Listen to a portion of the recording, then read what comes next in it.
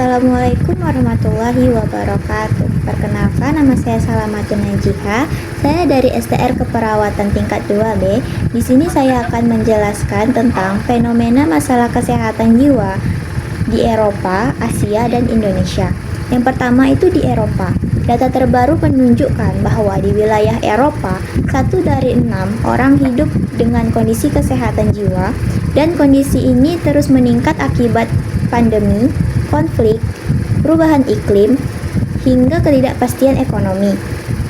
Sejak pandemi COVID-19, depresi dan kecemasan pada anak muda melonjak sekitar 25%. Dan pada kelompok usia 15-29 tahun, bunuh diri kini menjadi penyebab kematian utama di kawasan ini. Pada 2021, lebih dari 150 juta orang di wilayah Eropa hidup dengan kondisi kesehatan jiwa. Namun, hanya 1 dari 3 penderita depresi yang mendapat perawatan yang mereka butuhkan. Survei Eurobarometer 2023 juga menemukan bahwa 46% warga Eropa mengalami masalah emosional dan psikososial seperti depresi atau kecemasan dalam 12 bulan terakhir, dan separuh dari mereka tidak mencari bantuan profesional. Bahkan, tenaga kesehatan sendiri terdampak. Selanjutnya di Asia, di kawasan Asia Tenggara atau SEARO pada tahun 2019, sekitar 703.000 orang di seluruh dunia meninggal akibat bunuh diri. 1 dari 100 kematian global dan 200.000 kematian akibat bunuh diri terjadi setiap tahun di wilayah Asia Tenggara. Secara global, sekitar 450 juta orang mengalami gangguan mental dan perilaku, dengan prevalensi tertinggi tercatat di India itu 4-5%. Studi di kawasan lain seperti Northwestern China menemukan prevalensi gangguan mental diperkirakan sebesar 21%. Namun tingkat pemanfaatan layanan kesehatan jiwa hanya sekitar 2,45%. Ini menggambarkan besarnya treatment gap di Asia. Selanjutnya di Indonesia, berdasarkan Riskesdas, provinsi dengan prevalensi gangguan mental emosional tertinggi pada tahun 2018 adalah Sulawesi Tengah, yang mana itu mencapai 12,3%, di Gorontalo 10%, dan NTT 9%. Sedangkan yang terendah di Jambi itu sekitar 1,8%. Prevalensi depresi pada penduduk berusia lebih dari 15 tahun sekitar 6,1%. Dan prevalensi rumah tangga dengan anggota yang mengalami skizofrenia atau psikosis sebesar 6,7%. Dengan peningkatan paling signifikan pada kelompok usia 15-24 tahun dibanding kelompok usia lain antara 2013 sampai 2018. Data lain menunjukkan lebih dari 57 orang dengan disabilitas psikososial pernah mengalami pemasungan setidaknya sekali dalam hidup mereka. Selanjutnya, kesehatan jiwa menurut WHO dan Undang-Undang Kesehatan Republik Indonesia.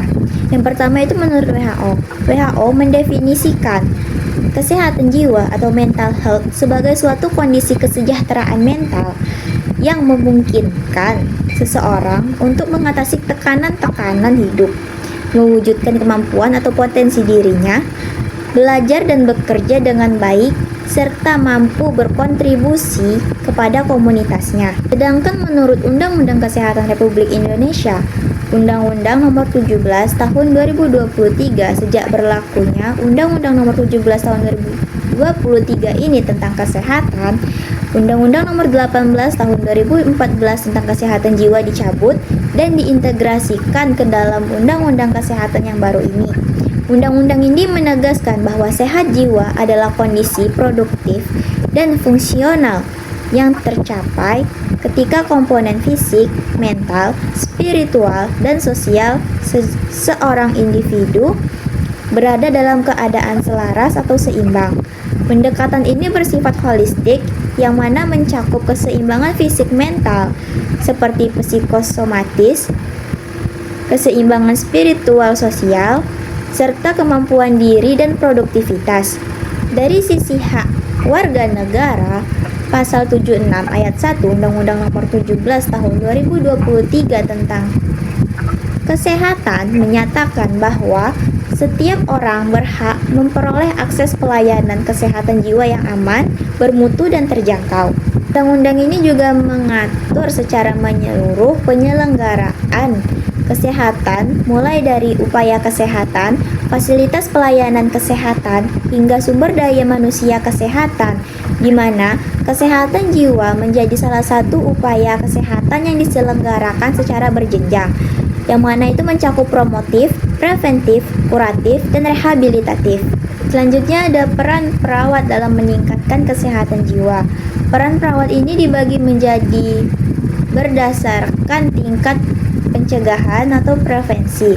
Yang pertama itu prevensi primer atau promosi dan pencegahan. Ini memberikan penyuluhan tentang prinsip sehat jiwa, membantu mengefektifkan perubahan kondisi kehidupan, kemiskinan, dan pendidikan, memberikan pendidikan kesehatan terkait pertumbuhan, perkembangan normal, dan pendidikan seks, melakukan rujukan sebelum terjadi gangguan jiwa, membantu keluarga mendukung anggotanya untuk meningkatkan fungsi kelompok, serta aktif dalam kegiatan masyarakat atau politik yang berkaitan dengan kesehatan jiwa.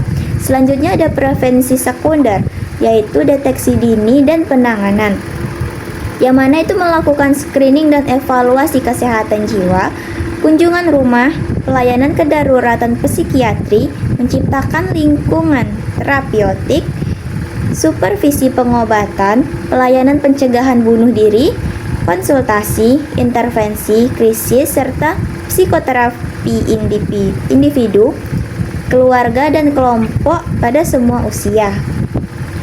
Selanjutnya ada prevensi tersier, yang mana itu rehabilitasi. Perawat berperan membantu pasien kembali produktif dan berfungsi optimal di masyarakat setelah menjalani perawatan, termasuk memberikan pelatihan keterampilan hidup atau life skills, membangun dukungan sosial, dan membantu pasien memperoleh kembali fungsi sosialnya. Dari sisi pendekatan asuhan, pendekatan holistik dalam keperawatan jiwa yang mencakup aspek fisik, mental, sosial, dan spiritual terbukti berkontribusi signifikan terhadap pemulihan pasien, peningkatan keterlibatan keluarga, serta penguatan sistem dukungan berbasis komunitas.